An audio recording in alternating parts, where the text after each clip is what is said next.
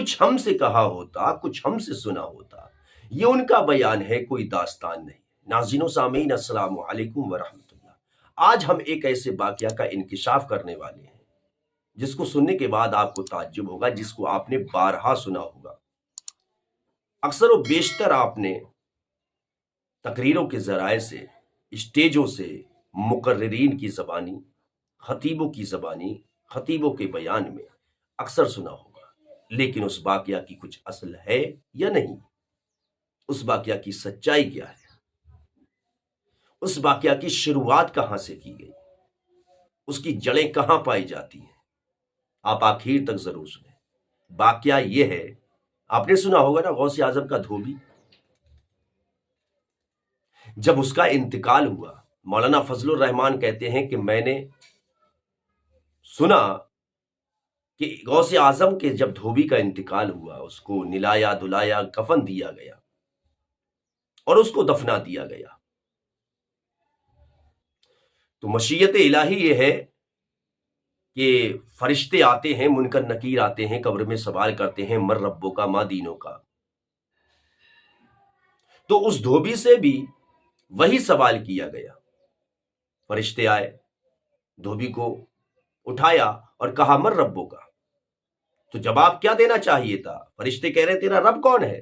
تو جواب کیا دینا چاہیے تھا؟ میرا رب اللہ ہے۔ لیکن کتاب میں تحریر کیا گیا کہ اس نے یہ نہیں کہا میرا رب ہے، اس نے یہ نہیں کہا ربی اللہ، بلکہ اس نے کہا میں غوث اعظم کا دھوبی ہوں، میں غوث اعظم کا دھوبی ہوں۔ پھر فرشتوں نے سوال کیا ما دینوں کا، تیرا دین کیا ہے؟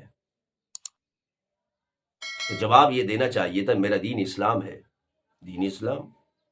لیکن اس نے جواب نہیں دیا، کہا میں غوث اعظم کا دھوبی ہوں۔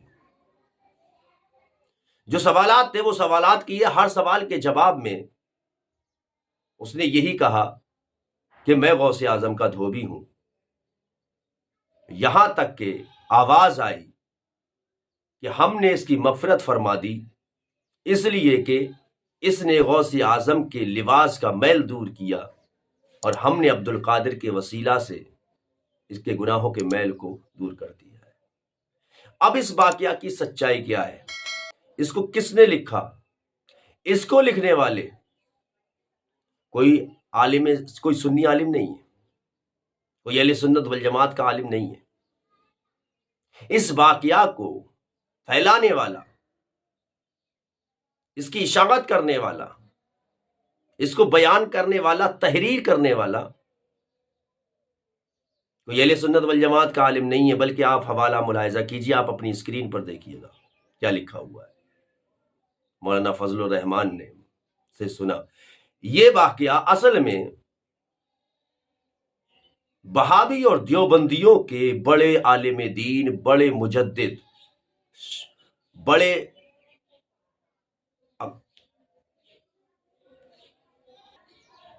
بہاوی دیوبندیوں کے اکابرین میں سے سب سے بڑے ایک طریقے سے دیکھا جائے، انہوں نے اس کو تحریر کیا ہے، اور حوالہ ملاحظہ کیجیے گا، الافادۃ الیومیہ، جلد 2، صفحہ نمبر 91، ادارہ تالیفات اشرفیہ ملتان، مولوی اشرف علی تھانوی۔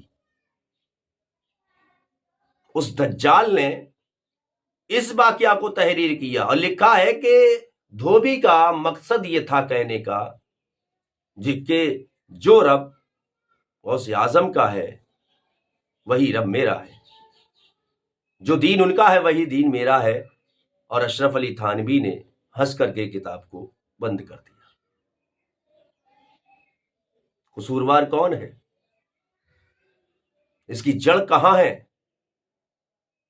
پھر اس کی شاخیں کہاں تک پہنچی؟ کس کی خطا؟